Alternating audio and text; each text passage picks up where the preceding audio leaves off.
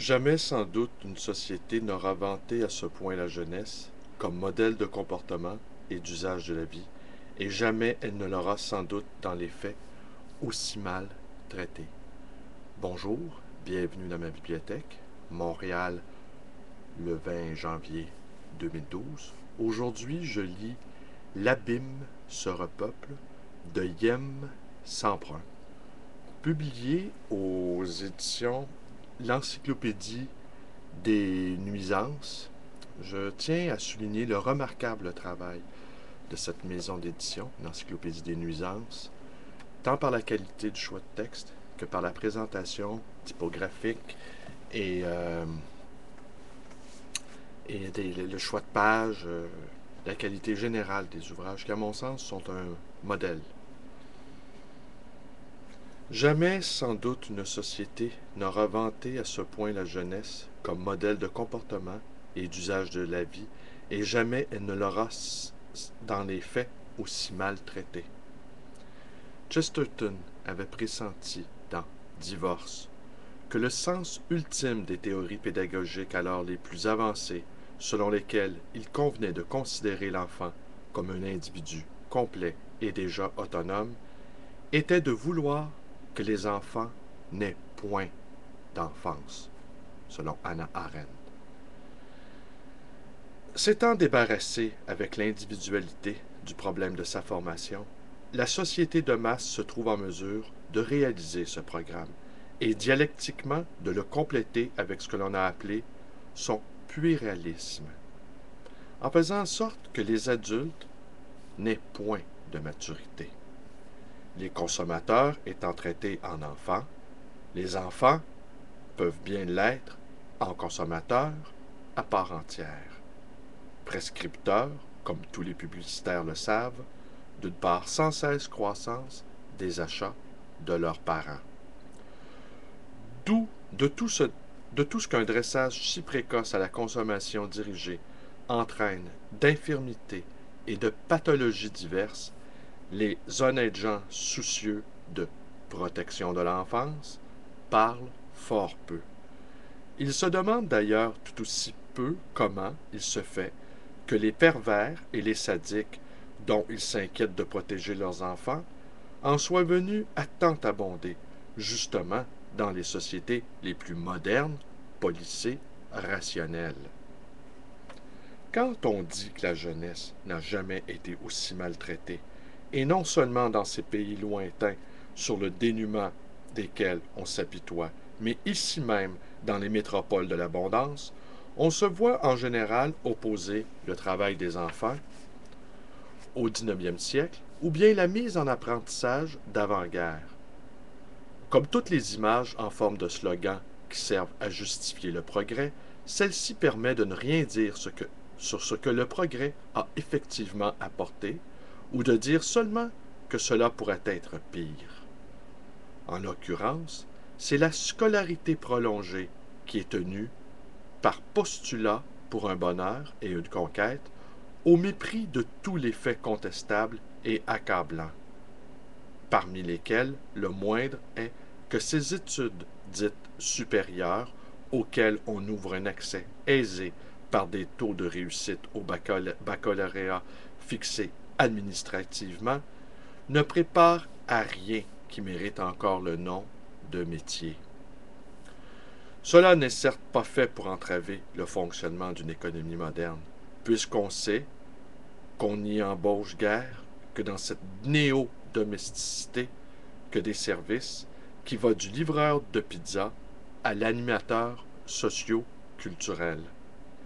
Et de toute façon, il importe assez peu qu'on laisse mariner, plus ou moins longtemps, dans le jus malpropre de l'éducation nationale ceux qui seront élevés à la console de jeu, car, pour en revenir au mauvais traitement, là est l'essentiel. Nous voyons grandir les premières générations qui auront été livrées à la vie numérisée sans que ne s'impose plus rien, ou presque, de ce qui dans les mœurs empêchait encore, il y a peu, de s'y adapter complètement. Il faut noter ici que cet ouvrage de Yem Semprun a été publié à Paris en 1997, il y a donc 15 ans.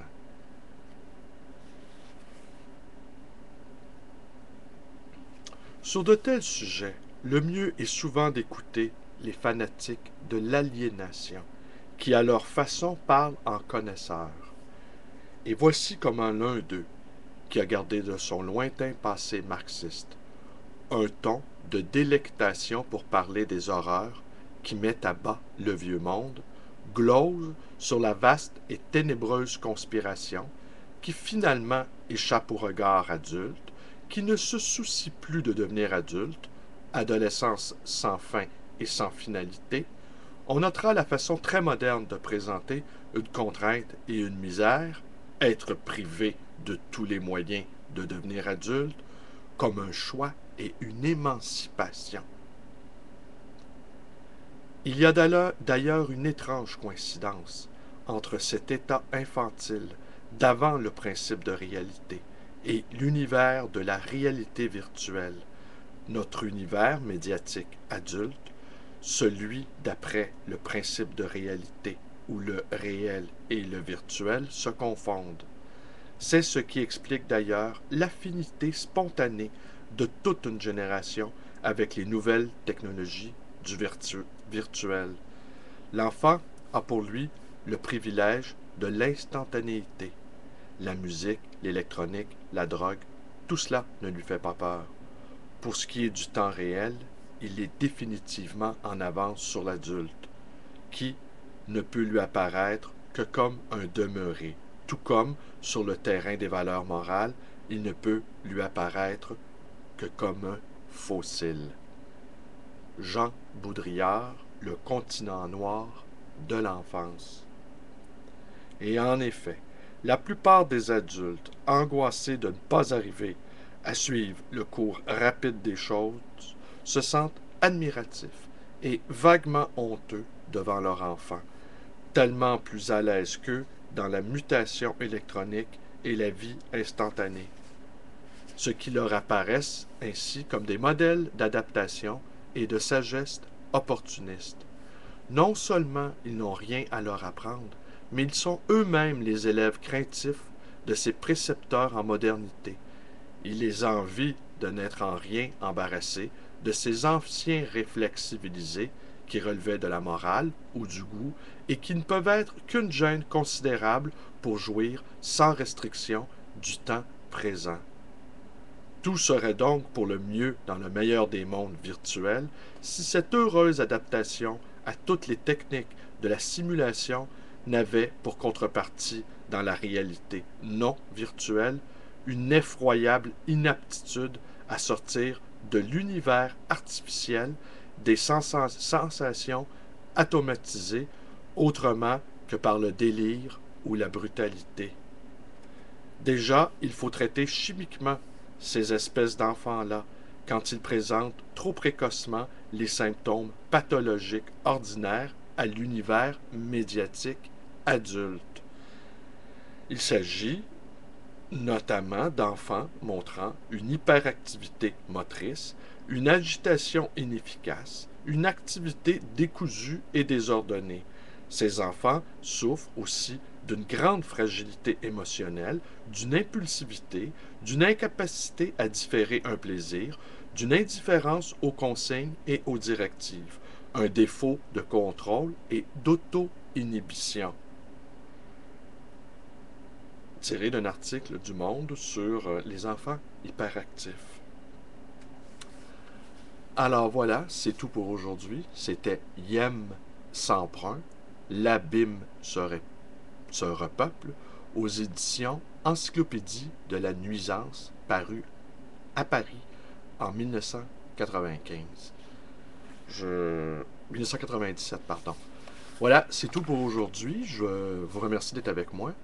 Je vous invite à vous abonner à ma chaîne YouTube, Blalonde 100, à venir me rejoindre sur ma page Facebook, à venir me visiter à ma librairie, le Livre Voyageur, à Côte-des-Neiges.